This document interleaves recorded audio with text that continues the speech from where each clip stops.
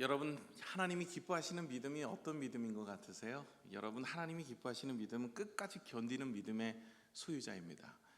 여러분, 하나님이 기뻐하시는 믿음은 견디고 인내하며 그리고 끝까지 가는 거예요. 중도 포기하면 안 됩니다. 성경에 보시면은요, 중도 포기자가 참 많아요. 처음에는 참 열심히 하고 최선을 다하고 그렇게 하나님 보시기에 아름답게 살다가요, 중간에 이런 일 저런 일 만나고 이런 문제 저런 문제 만나니까 다 낙심하고 절망하여서 끝내 포기하는 그런 인생이 되어서는 안 됩니다. 여러분, 성경을 보시면 하나님이 기뻐하시는 믿음은 끝까지 인내하고 승리하는 자, 요한계시록에 보시면 그 말씀이 나오잖아요. 그 성도 중에 끝까지 견디는 자, 끝까지 인내하는 자, 계속 그 이야기가 나옵니다. 그런 사람에게 하나님께는 생명의 면류관, 의의 면류관을 허락하여 주십니다. 저와 여러분도 끝까지 우리가 하나님의 말씀을 따라서 잘 승리하셔서 살아가시는 여러분이 되시기를 부탁을 드립니다. 그래서 여러분, 우리의 믿음을 놓고 기도하셔야 돼요. 하나님, 내가 끝까지 승리하는 믿음 되게 하여 주시옵소서. 그렇게 기도하시기를 부탁을 드립니다. 내년도 표가 있어요. 여러분, 주보를 이렇게 보시면 이게 주보가 내년도 주보예요. 사실 미리 당겨서 저희가 주보를 활용하여서 좀 보고 있는데요, 오늘을 성도답게 살아가는 교회가 내년도 표예요. 지금 이 뒤에 나와 있는 표가 내년도 표입니다. 오늘을 뭐라고요? 성도답게 살아가는 교회. 여러분, 저와 여러분 다 성도라고 하나님이 부르셨어요. 그죠? 뭐 집사도 있고, 그리고 권사도 있고, 목사도 있습니다. 안수 집사도 있고. 이건요, 직분이에요. 직분. 모두가 다 성도예요. 직분이 있기 전에 다 성도인 거예요. 저도 하나님 앞에서 성도입니다. 성도라는 말 자체가 뭐예요? 거룩함을 따라 살아가는 사람들. 그러니까 거룩함을 따라 살아가는 사람들을 성도라고 부르십니다. 저와 여러분을 하나님께서는 이렇게 거룩함을 따라 살아가는 사람들 성도라고 부르시는데, 오늘 본문은 이 성도가 어떻게 살아가야 되는지를 정확하게 우리에게 일러주고 계세요. 그것이 바로 빛의 자녀로 살아가는 모습입니다. 빛의 자녀, 저와 여러분은 빛의 자녀인 줄로 믿습니다. 그 빛의 자녀인데 이 빛이 어느 빛입니까? 예수 그리스도예요. 하나님이십니다. 그래서 하나님 우리를 자녀 삼아 주셨어요. 우리를 위해 십자가에 달려 돌아가시고 우리 죄를 대속하여 주시고, 이제 우리가 죄 사함을 얻고 구원을 얻었을 뿐만 아니라 하나님께서 저와 여러분을 자녀 삼아 주신 거예요. 그래서 오늘도 주님 앞에 나와서 예배할 때, 기도할 때 뭐라고 기도합니까? 아버지, 하늘에 계신 우리 아버지입니다. 그래서 오늘도 예배를 드리는 것도 하늘에 계신 우리 아버지께 예배를 드리는 거예요. 기도할 때도 하늘에 계신 우리 아버지가 들어주실 것을 믿음으로 바라보며 기도하는 것 아니겠습니까? 저와 여러분이 그렇게 자녀 삼아 주신 은혜를 생각하며 그 자녀다운 삶을 살아가는 것이 성도입니다. 자녀다운 빛의 자녀로 살아가는 것이 성도인데, 우리 구원받은 성도들이 다 빛의 자녀죠. 그 자녀들이 어떻게 살기를 원하시냐면, 오늘 성경에 보면 세 가지를 이야기하고 있어요. 저와 여러분이 이것만큼은 잊어버려서는 안 됩니다. 이제 성도로 내가 살아가기를 원합니다. 하나님 앞에 구원받은 내가 이런 모습이 되었으면 좋겠습니다 하면서 살아야 될 세 가지. 첫 번째가 뭐냐면, 빛의 자녀는 하나님의 사랑을 본받아 살아가야 됩니다. 오늘 1, 2절을 같이 한번 읽겠습니다. 본문의 말씀 1절과 2절인데 한번 우리 보여주시겠습니까? 시작.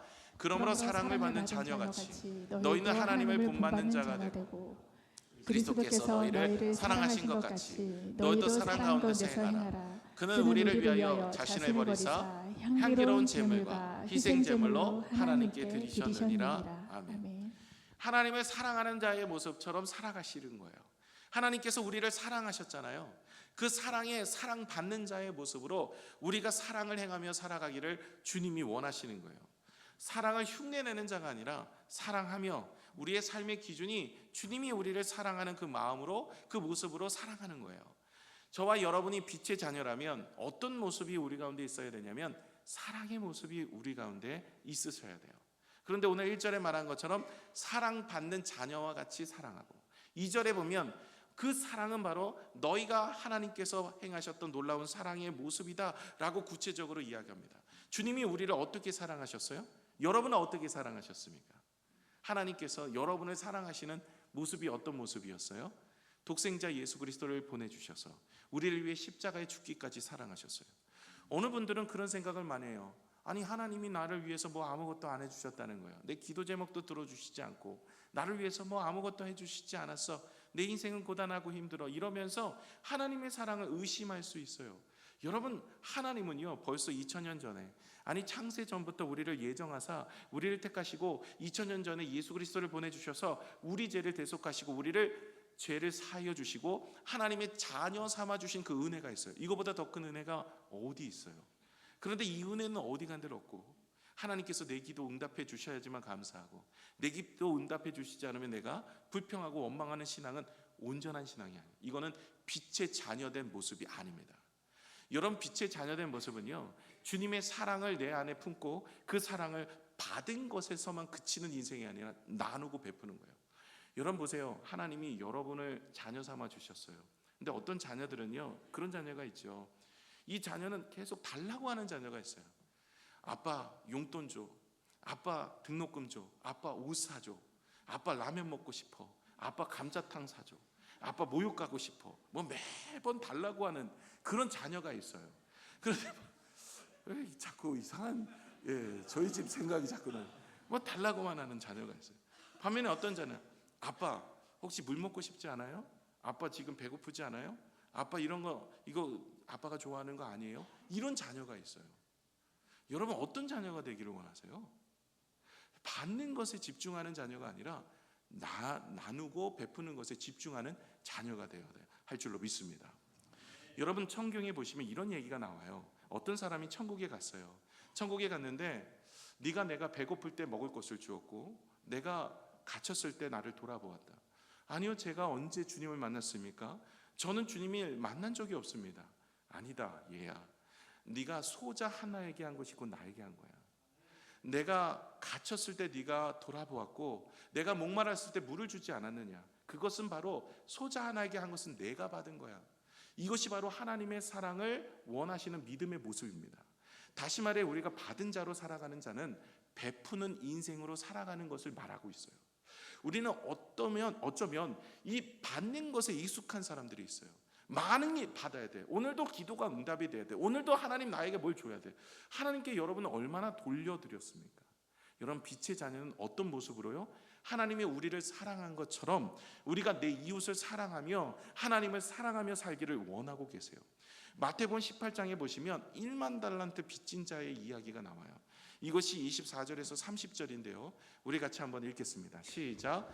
청산할 때 1만 달란트 빚진 자 하나를 데려오매 갚을 것이 없은지라 주인이 명하여 그 몸과 아내와 자식들과 모든 소유를 다 팔아 갚게 하라 하니 그 종이 엎드려 절하며 이르되 내게 참으소서 다 갚으리이다 하거늘 그 종의 주인이 불쌍히 여겨 놓아 보내며 그 빚을 탕감하여 주었더니 그 종이 나가서 자기에게 100다나리온 빚진 동료 한 사람을 만나 붙들어 목을 잡고 이르되 빚을 갚으라 하매 그 동료가 엎드려 간구하여 이르되 나에게 참아 주소서 갚으리이다 하되 허락하지 아니하고 이에 가서 그가 빚을 갚도록 오게 가두거늘. 아멘.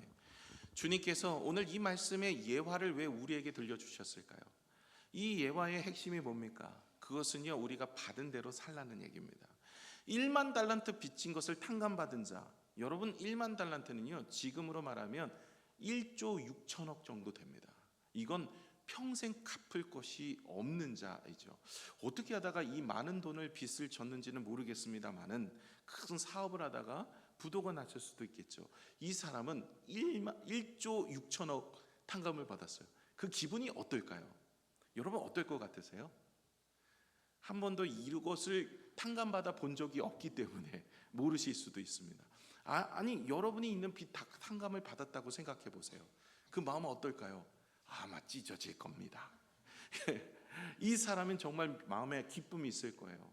정말로 그 모든 것을 탕감받고 모든 것에 기쁨이 있을 겁니다. 그런데 길을 가다가 이 기쁨 가운데 길을 가다가 100데나리온 빚진 자를 만난 거예요. 나한테. 우리나라 지금으로 치면 한 1,000만 원 정도 됩니다.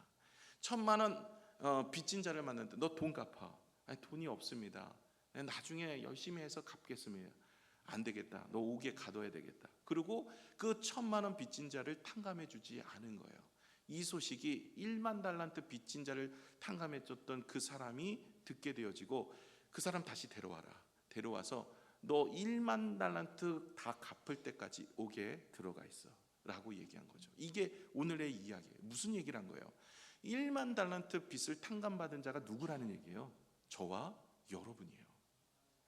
저와 여러분은 새 생명을 얻었어요.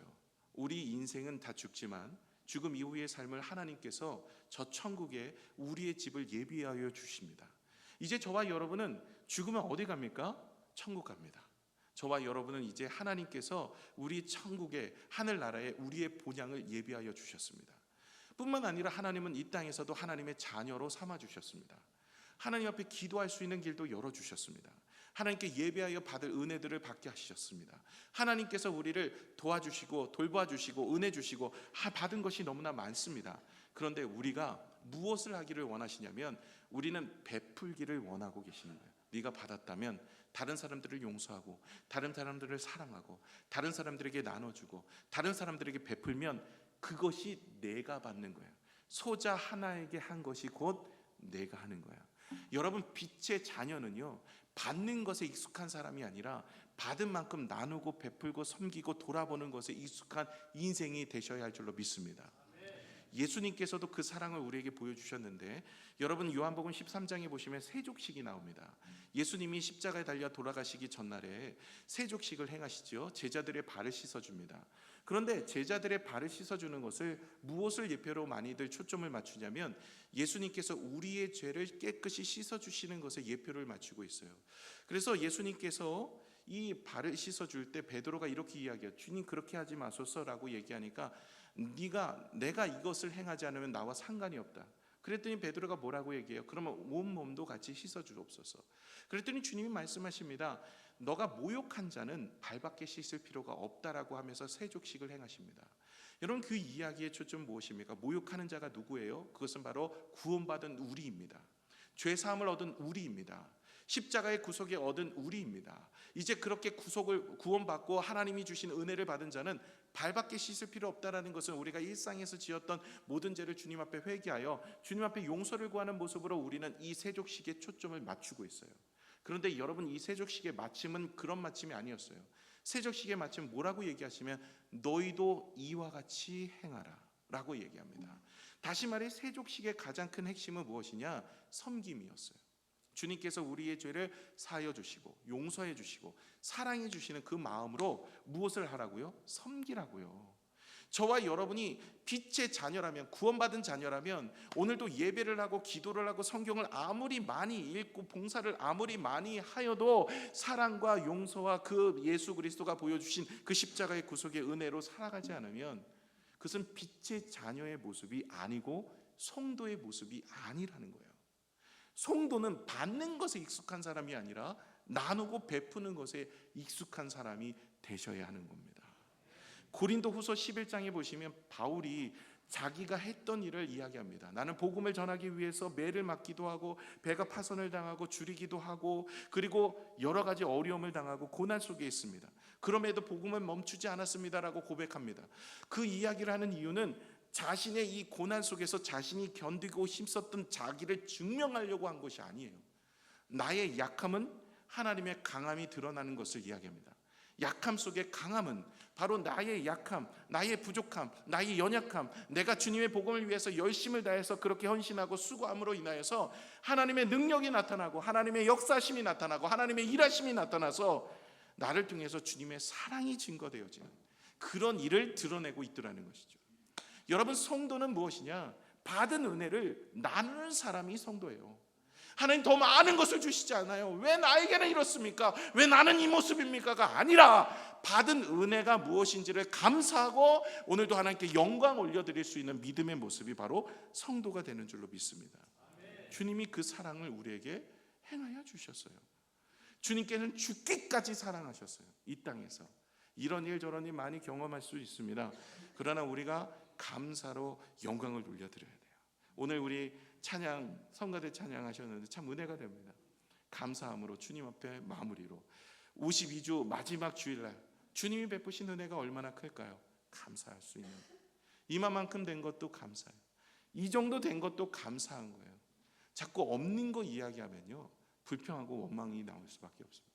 그러나 오늘도 하나님이 베풀어 주신 은혜를 생각하면 감사할 수밖에 없습니다.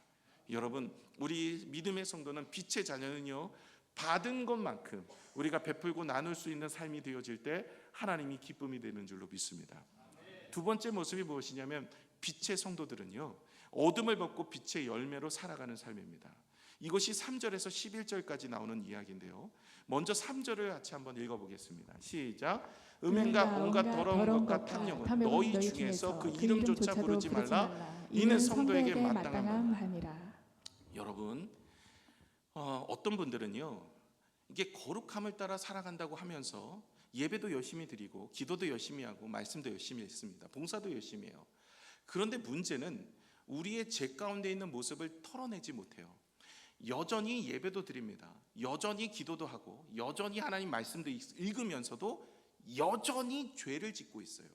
이건요, 성도의 삶이 아니에요. 오늘 주님께서는요, 우리의 죄악된 모습은 벗고 그리고 주님의 빛의 자녀된 모습을 입고 살아가기를 원하세요. 그래서 세 가지를 드러내기 원하시는데, 세 가지는 우리가 벗어야 되는 거, 그리고 세 가지는 우리가 입어야 되는 거예요. 그래, 어둠의 모습은 벗어내고 세 가지 빛의 모습은 우리가 갖고 살아가는 삶이 되어질 때 하나님의 기쁨이 되어집니다. 먼저 세 가지가 뭐냐면, 오늘 3절에 읽었던 음행과 온갖 더러운 것과 탐욕입니다. 오늘 이것을 우리가 마음에 품고 내어놓으셔야 돼요. 우리가 회개해야 돼요. 우리가 돌이켜야 돼요. 이거 붙잡고 신앙생활하면 안 됩니다. 여러분, 음행이나 온갖 더러운 것과 탐욕은요, 이거 가지고 신앙생활 할 수가 없어요. 이건 성도가 아닙니다. 자, 우리 살펴보겠습니다. 먼저 첫 번째가 음행입니다. 여러분, 오늘은요, 뇌를 가지고 오셔야 됩니다. 여기 생각을 하셔야 돼요. 오늘은 꼭 외우셔야 돼요. 세 가지 버려야 될 거, 세 가지 붙잡아야 될 거, 이 세 가지는 꼭 마음에 새겨서 여러분 평생 가지셔야 돼요. 아시겠죠? 오늘 집중해 보셔야 돼요. 이 세 가지는 버려야 될 세 가지, 가져야 될 세 가지, 이건 꼭 집중하셔야 되고요. 내년에 물어볼 겁니다. 여러분, 내년 다음 주가 내년인데, 내년에 이거 기억하고 계시는지 물어볼 거예요. 뇌를 갖고 오셔야 돼요. 이번에 예배 드릴 때는 꼭 갖고 오셔서 생각하셔야 돼요. 자, 첫 번째, 음행입니다. 음행은 버려야 돼요. 이거 음행 가지고 신앙생활 하시는 분들 많아요. 이거 버리지 않으면 안 됩니다. 마태복음 5장 28절을 같이 한번 읽어볼까요? 시작. 나는 너희에게 이르노니 음욕을 품는 여자를 보는 자마다 마음에 이미 간음하였느니라. 음욕을 품고 여자를 보는 자마다 이미 간음한 거예요. 마음속에 음욕을 품는 자들이 있잖아요. 그건 벌써 간음한 죄다라고 주님이 말씀하시는 거예요. 주님이 정말 이렇게 말씀하실 때는 우리의 마음을 잘 지켜라라고 이야기하는 거예요. 마음을 지키지 않으면 간음죄 누가 짓고 싶습니까? 하나님 앞에서 어떻게 이 죄를 짓겠습니까? 그런데 이 마음이 그렇게 음욕을 품는 것도 간음죄라는 거예요. 우리가 보면 신앙생활 하면서도 돌아가서는 뭐 컴퓨터에서, 핸드폰에서, 혹은 이렇게 저렇게 우리가 이상한 거 보잖아요. 그 이상한 것까지는 제가 설명해 드릴 수는 없습니다. 여러분이 알아서 그건 해석하시고, 그 자꾸 이게 음란한 것들, 이런 것들을 가까이 하시면 하나님이 기뻐하지 않아요. 여러분, 결혼하고 나서 자꾸만 다른 데 가서 다른 자매들을 전도한다고 대상으로 만나시거나 이런 분들을 하시면 안 됩니다.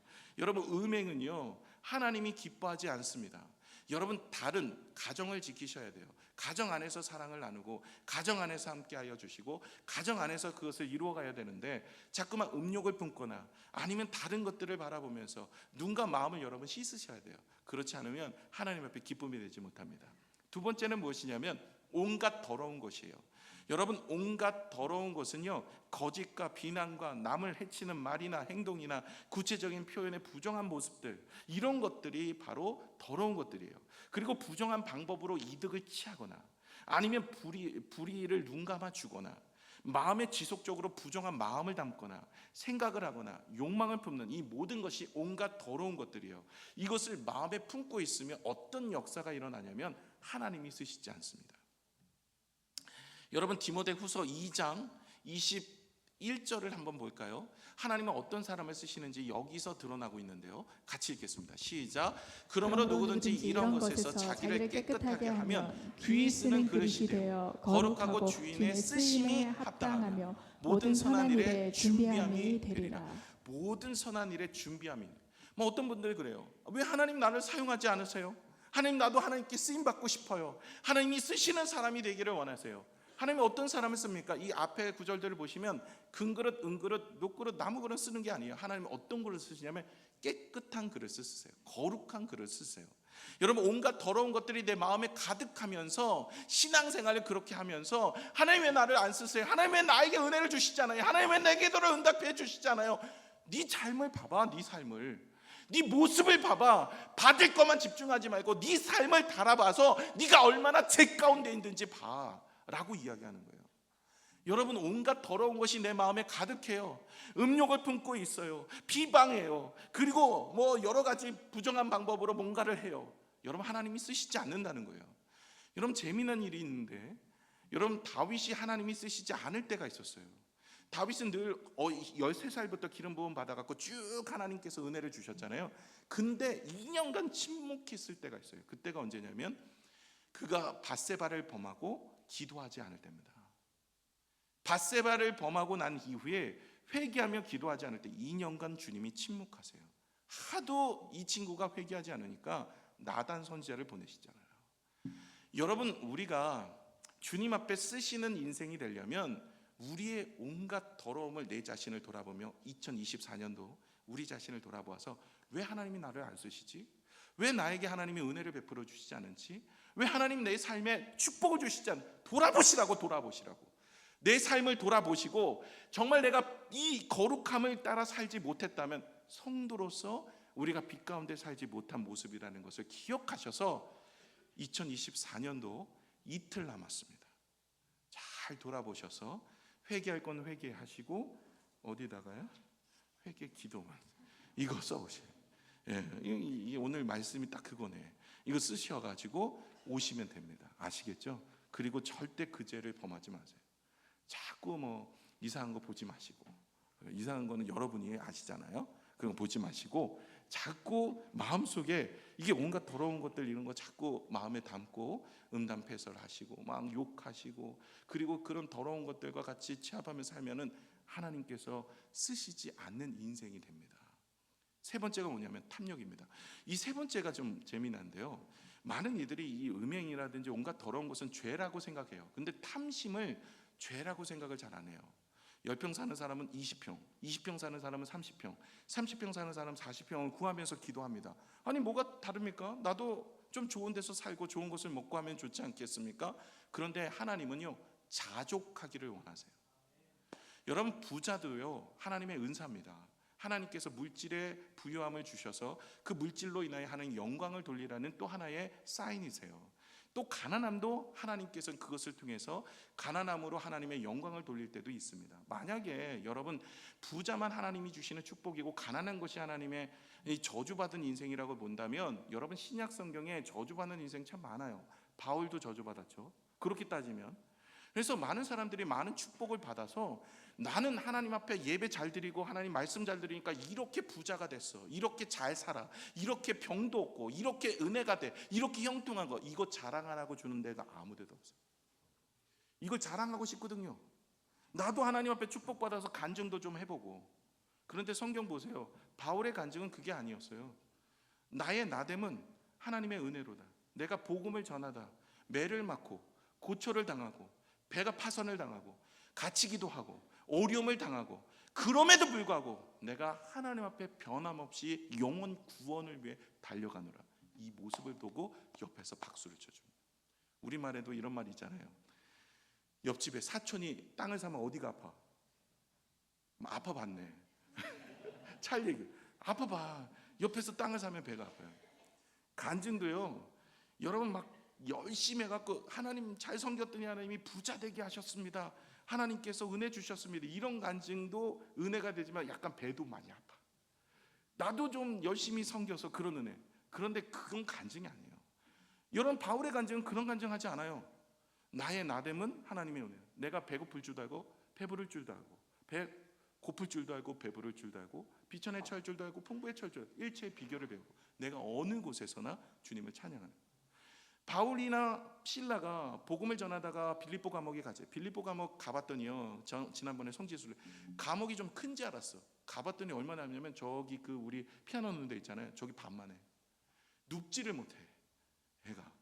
거기에 몇 명이서 들어가 있는 거야. 걔 한심히 앉아 있어요. 아니 거기서 뭘 하고 있었어요? 이분들이 찬미하고 영광을 올려드렸던 거예요. 그랬더니 그곳에서 있었던 죄수들이나 간수들이 그 모습을 보면서 은혜를 받는 거예요. 어떻게 저런 환경에서도 하나님을 찬양하고 어떻게 저런 환경에서도 하나님을 높여드릴 수가 있을까? 이것이 바로 성도가 하는 일입니다. 여러분, 우리는 많은 것이 잘 되면 야 하나님의 은혜다, 이건 기복신앙이에요. 우리가 잘못된 방향으로 가면 여러분 예수 믿고 많이 펴졌습니까? 라고 얘기하면 펴진 사람도 있어요. 안 펴진 사람은 주눅 들어요. 내가 문제가 있지? 여러분 그게 아니에요. 신앙은요, 하나님이 어디서 있든지 간에 그곳에서 하나님의 빛되심을 드러내는 것이 신앙입니다. 여러분 천국 가면 하나님이 갚아주실 거예요. 여러분 이 땅에서 가난하게 살면 천국에서 부하게 삽니다. 이 땅에서 받은 것이 많으면, 성경이 이야기입니다. 이 땅에서 받은 것이 많으면 천국에서 받을 게 없대요. 자, 우리 원태현 집사님 죄송한데 물어보겠습니다. 1부 예배 때는 여상원 집사님이 헌신해 주셨습니다. 오늘 2부 예배 때 원태현 집사님, 이 땅에서 잘 살다가 천국에서는 가난하게 살기를 원하세요? 이 땅에서는 좀 가난하지만 천국에서 잘 살기를 원하세요? 그렇죠? 이 땅에 가난하다가 천국에 이 땅에서도 이 땅이 가난해지고 천국에서는 받을 게 많은 자로? 그게 좋아요. 네, 그렇게 사시기를 부탁을 드립니다. 근데 대부분은 어떻게 살기를 원해요? 이 땅에서 가난한 거 싫어. 이 땅에서도 부자고 천국에서도 부자고 얼마나 좋아요. 그렇죠? 아브라함도 이 땅에서 잘 살다가 천국에. 여러분 잘 사는 건요 하나님의 은사입니다. 잘 살기도 하시고 부하게도 하시고 가난하게도 하세요. 뭐 욥처럼도 하나님 살게도 하시지만 그러나 가난하고 어렵게도 살게도 하세요. 그러나 믿음의 성도들은 받은 은혜가 뭐예요? 십자가의 구속의 은혜고 구원받은 성도의 모습입니다. 그렇기 때문에 저 천국에 소망을 두고 살아가는 은혜인 줄로 믿습니다. 우리 집사님 헌신해 주셨으니까 제가 축복해 드립니다. 이 땅에서도 잘 살고 천국에서도 잘 살기를 축원합니다. 예, 아멘입니다. 예, 이 아멘은 아마 여러분 모두 다 아멘 하실 겁니다. 그렇죠? 예, 하나님께서 그와 같은 은혜를 주실 줄로 믿습니다. 그런데 여러분 우리가 탐욕은 제거해야 돼요. 욕심이죠. 탐심은 성경에 뭐라고 얘기해요? 우상숭배래요. 우상숭배. 아니 탐심이 우상숭배와 같은 죄래요. 많은 분들이 이 탐심을 숭배와 같은 죄라고 생각하지 않아요. 이거 죄라고도 생각을 안 하거든요. 욕심. 내가 욕심을 내어서 뭔가를 많이 갖는 거, 이건 세상의 방법에서 좋은 모습 아닙니까? 이건 행복이라고 꿈꿔요. 근데 여러분 자족하는 게 하나님 보시기에는 은혜입니다. 그런데 여러분 오늘 우리는 자족하지를 못해요. 하나님께서 베풀어 주신 은혜에 내가 있는 자리에서 감사하지 못하는 거죠. 그래서 여러분 우리가 탐심은 제거해야 돼요. 하나님이 베풀어 주신 물질도 은사라 그랬잖아요. 우리가 건강도 은사예요. 우리의 삶 속에 여러 가지 하나님이 영광을 돌리기 위해서 우리가 건강도 주시고 때로는 아픔도 병도 하나님께서 오히려 그것을 통해서 영광을 드러내시기도 하십니다. 그렇기 때문에 우리가 병들어 아파 있는 사람, 제자들이 가서 이야기하자. 이 사람 누구 죄 때문에 이렇게 아픈 겁니까? 부모 죄입니까? 이 사람 죄입니까? 주님이 말씀하시잖아요. 부모 죄도 아니고 이 사람 죄도 아니야. 이 사람은 하나님께 영광 올려드리기 위해서 이렇게 된 거야. 이건 의미 있는 이야기입니다. 저와 여러분이 처한 환경들 하나님께 영광 올려드리기 위해서 하나님께서 특별히 그 길을 걷고 있다는 것을 생각하시면 하나님 앞에 어떻게 영광을 올려드려야 될지를 감사하는 믿음의 모습이 되시기를 부탁을 드립니다. 누가복음 12장 15절의 말씀도 한번 읽어볼까요? 누가복음 12장 15절 시작. 그들에게 이르시되 삼가 모든 탐심을 물리치라. 사람의 생명이 그의 소유에 넉넉한 데 있지 아니하니라 하시고. 생명이 사람의 생명이 소유의 넉넉함에 있지 않아. 제발 너희가 소유의 넉넉함을 바라보면서 하나님의 사랑을 평가하거나 아니면 하나님 앞에 은혜 받은 자로 살아가고 있다라고 얘기하지 마. 하나님의 복음을 전하는 자로, 하나님이 나를 구원해 주신 것으로, 하나님이 나에게 주신 은혜의 축복으로 우리가 살아가는 믿음의 모습이 되어진다면 오늘도 우리가 욕심내지 않고 주신 은혜에 감사하며 살아갈 수 있는 줄로 믿습니다. 이것이 우리가 벗어야 돼요. 자, 첫 번째, 음행, 온갖 더러운 것, 탐욕, 욕심 벗어요. 이건 우상 숭배와 같대요. 여러분 벗어야 됩니다. 두 번째인데요, 빛의 열매로 세 가지는 붙들고 살아가셔야 돼요. 예배소서 5장 9절에 한번 볼까요? 시작. 빛의 열매는 모든 착함과 의로움과 진실함에 있느니라. 빛의 자녀는요, 이렇게 사셔야 돼요. 빛의 열매로 착함과 의로움과 진실함에 있느니라 라고 되어 있어요. 자, 다시 우리 원태현 집사님에게 묻겠습니다. 원태현 집사님 본인을 생각할 때 착하다고 보십니까? 못됐다고 보십니까? 못됐다고 생각해요. 옆에 있는 우리 청년이 얘기해 보세요. 청년이 얘기해 보세요. 착한 것 같아요? 아니면 모르는 것 같아요? 착하신 것 같아요. 예. 이거 아내가 있어야 되는데, 아내가 있으면 참 이게 정확하게 이야기할 텐데, 예, 대부분 사람들은 착하다라는 의미를 착하게 사는 것만을 이야기합니다. 그런데 오늘 성경에서 말하는 것은 하나님의 본성을 반영하는 선한 행동을 이야기합니다. 이건 뭐냐면 우리가 성경에 보시면 선한 사마리아인의 비유 있죠. 긍휼히 여기는 마음. 그리고 요셉이 형제들을 용서하는 마음 있죠. 그런 마음들을 착하다라고 보는 거예요. 그래서 그런 모습들이 여러분 안에 있어야 됩니다. 이것은 우리 그리스도인들이 가져야 될 성품이더라고요. 두 번째는 의로움이에요. 하나님의 기준에서요, 올바른 관계 속에서 행동하는 것들을 말하고 있습니다. 이걸 뭐냐면 이 의로움이라는 것은 무엇을 하고 있냐면 세상에 나가서 뭐 의로운 행동하는 그런 것이 아니라, 다니엘을 보시면 아십니다. 다니엘이 우상을 숭배하지 아니하고 왕에게 절하지 아니하고 사자굴에도 그리고 풀무불에도 들어가는 데 있어서 믿음을 타협하지 않아요. 이게 의로움입니다. 그리고 진실함이 있어야 된대요. 거짓이 없는 마음입니다. 이것은 하나님 앞에서 회개하는 마음이에요. 여러분, 진실함이 회개입니다. 여러분, 진실함이 정직을 이야기한다는 거죠. 정직을 말하는 것이 중요한데요, 베드로가요, 예수님을 부인하고 떠났을 때 예수님이 찾아갑니다. 그 베드로가 뭐라고 얘기합니까? 자신의 실패를 인정하고 회개하여 돌이킵니다. 그러나 여러분, 사도행전 보시면 아나니아 삽비라의 비유가 나옵니다. 아나니아 삽비라는요, 하나님 앞에 헌신합니다. 하나님, 내 땅을 팔아서 하나님 앞에 바치겠습니다. 땅을 팔고 나니까 이 물질이 욕심이 든 거예요. 욕심이 들다 보니까 어느 정도는 취하고 전부라고 이야기하면서 갖다 주는데, 하나님께서는 그것을 아시고 그들을 치시지요. 그는 그 사람은 그날 즉사합니다. 아나니아 그리고 삽비라 그날로 죽어요. 하나님께 제물 바치고 죽어요. 어떻게 이런 일이 일어날 수 있을까? 하나님은 왜 이렇게 잔인할까? 하나님은 경각심을 울려주기 위해서 이 일들을 하는 거예요. 이것을 통해서 거짓되지 마라. 하나님을 속이는 자가 되지 마라. 진실함은요, 하나님 앞에서도 진실해야 돼요. 우리 자신을 돌아보면서 우리가 무엇이 잘못됐는지, 속이는 죄가 없는지, 여전히 하나님 앞에 숨기면서 다른 사람들에게 보이지 않는 곳에서 죄를 짓고 있는 모습이 있다면 하나님이 그 모습을 기뻐하지 않으시고 하나님이 사용하시지 않으신다는 거예요.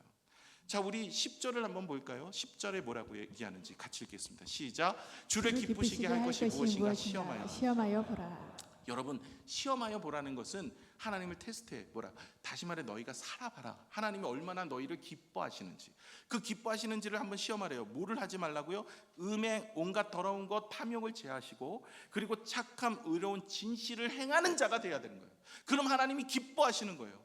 여러분, 나 주님의 기쁨 되기 원합니다. 이 찬양 많이 부르시잖아요. 여러분, 이 찬양 하는 때 나 주님의 기쁨이 되길 원합니다. 아니, 주님의 기쁨이 무엇을 어떻게 하나님이 기뻐하시는지 알아야지 될 거 아닙니까? 하나님 기뻐하시는지를 말씀드릴게요. 오늘 성경에서 말하고 있는 거예요. 세 가지.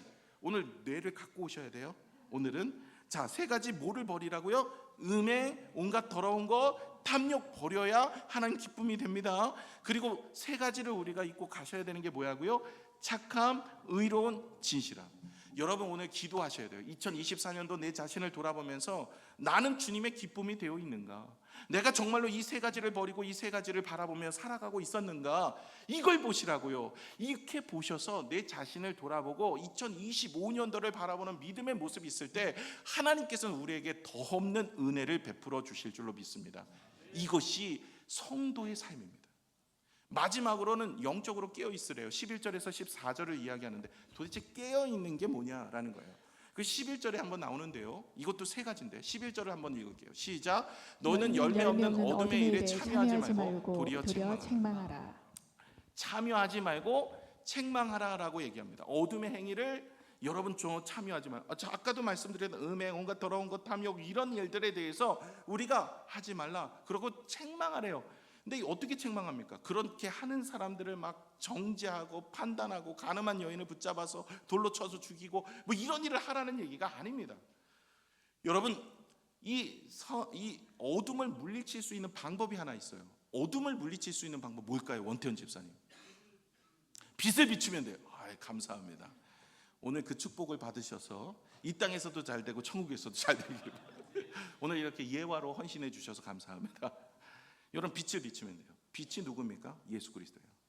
여러분, 이 어둠을 물러가게 하는 것은 예수님이 행했던 모습 속에 나와 있어요. 말씀을 가르치고 말씀을 선포하고 그리고 말씀대로 살아가는 거예요.